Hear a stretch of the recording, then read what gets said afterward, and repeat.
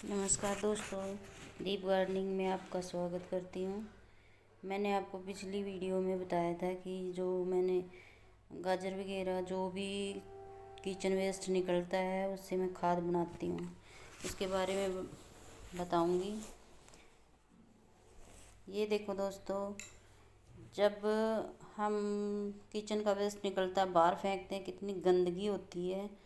इसीलिए मैं कभी बाहर छिलके वगैरह कुछ नहीं फेंकती हूँ। जैसे मटर के छिलके हैं, मूंगफली के छिलके हैं, गोभी वगैरह जो भी होती है वो सारी मैं खाद में डालती हूँ। ये देखो, मैंने हलवा बनाया था, उसी का जो गाजर निकाली थी उसका हलवा बनाया था, उसके सारे छिलके मैंने खाद में मिक्स करती हूँ और एक बाल्टी में डाल के रख देती हूँ और महीना भर लग जाता है इसमें खाद बनते बनते। और ऐसे ही मैं इकट्ठा करके रखती हूँ। जैसे 15-20 दिन का इकट्ठा हो जाता है ना, तब मैं उसको इकट्ठा एक बाल्टी में या फिर कोई ड्रम वगैरह होता है उसमें डाल देती हूँ और फिर उसकी खाद बन जाती है। और उसके बाद जो हम चाय बनाते हैं उसकी जो चाय पत्ती वगैरह निकलती है ना, उसको भी मैं बाहर नहीं फेंकती, नाली में डालो बदबू आती है। इसलिए मैं इनको सब साफ़ करके, थोड़ा पानी से साफ़ तो करना पड़ता है, और साफ़ करके और उसको भी खाद में ही डाल देती हूँ। या फिर सुखा के आप गुलाब के पौधे में डालो ना तो बहुत ज़्यादा इसमें असर होता है, फूल बहुत ज़्यादा आते हैं। ये हैं मेरे मूंगफली के छिलके, ये भी सारे मैं खाद में डाल देती हूँ। गड़ के मिट्टी भी हल्की हो जाती है इनसे और खाद भी हो जाता है। और बाहर अगर हम डालते हैं तो गंदगी होती है, तो वो गंदगी भी नहीं होती उससे। इसलिए ये सारा वेस्ट होता है वो मैं सारा इसमें खाद में ही मिला देती हूँ। और फिर या तो मैं ऐसे बाल्टी में डाल के रख देती हूँ खाद, ये छिलके वगैरह।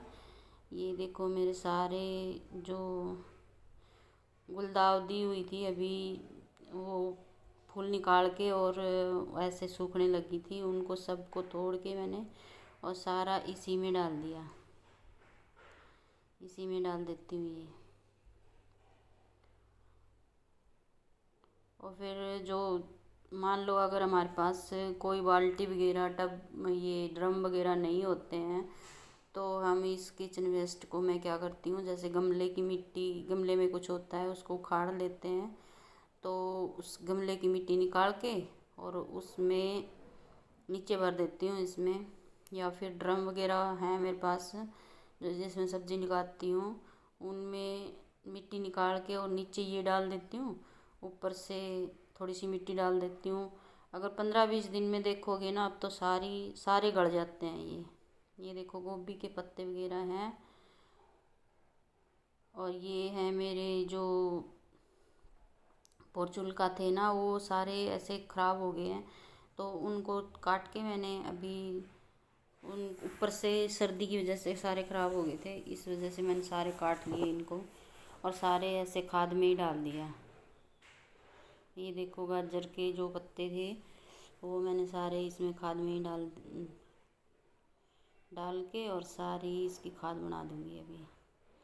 और 20 दिन में ही तैयार हो जाती है ये। और खाद बनने के बाद इतनी अच्छी होती है, बिल्कुल तो बदबू नहीं आती। और इसका जो लिक्विड निकलता है ना, वो भी मैं पौधों में डाल देती हूँ। और इतना, ये देखो कितनी अच्छी खाद बनी हुई है। ये मेरी जो किचन वेस्ट है, पहले मैंने बनाई थी उस चैनल बनाने से पहले, तो तब मैंने बनाई थी, उसकी सारी ये खाद है, कितनी अच्छी है।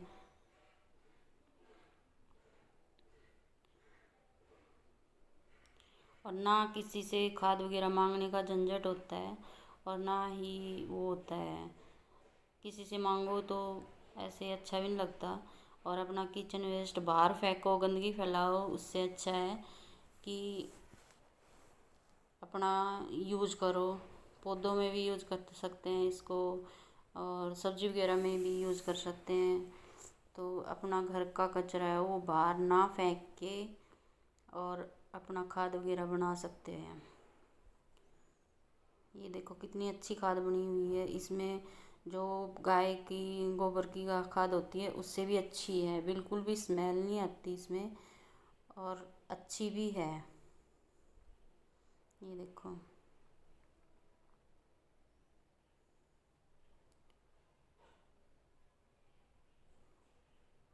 और आप एक बार बनाने लग जाओगे। यहाँ पे जो होल है इसमें से जो इसका लिक्विड निकलेगा ना, वो देखो ये दूसरे ड्रम में था मेरा तो उसमें से निकला हुआ है।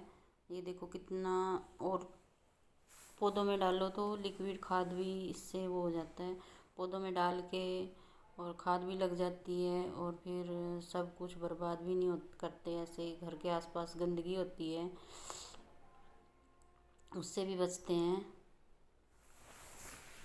और मैं थोड़ा थोड़ा थोड़ा थोड़ा करके अभी तो ऐसे इसे मग से डाल रही हूँ, नहीं तो बाल्टी में डाल के पानी में और फिर उसको सारे पौधों में डाल देती हूँ थोड़ा थोड़ा थोड़ा थोड़ा करके। और एक अगर बाकेट में हम खाद बनाते हैं ना, उसमें कम से कम 2-3 मग तो भर ही जाते हैं लिक्विड के, तो ऐसे हो जाता है। और ऐसे ऊपर ऊंचा रखेंगे ना तो नीचे ये मग रखेंगे तो उसमें सारा लिक्विड उसी में आ जाता है। Like share and subscribe my channel. Okay bye, thank you friends.